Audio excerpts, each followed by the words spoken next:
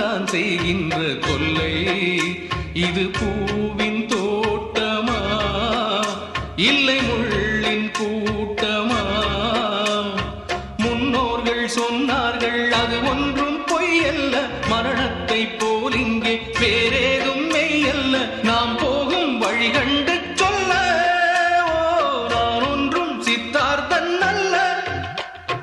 உடல் என்ன, உயிர் என்ன, உறவென்ன, உலகென்ன, விதி என்ன, விடை என்ன மனமே? ஓடும் நதியெல்லாம் கடலோடு, உடலெல்லாம் மண்ணோடு, உயிர் போகும் இடமெங்கே மனமே? இந்த வாழ்க்கை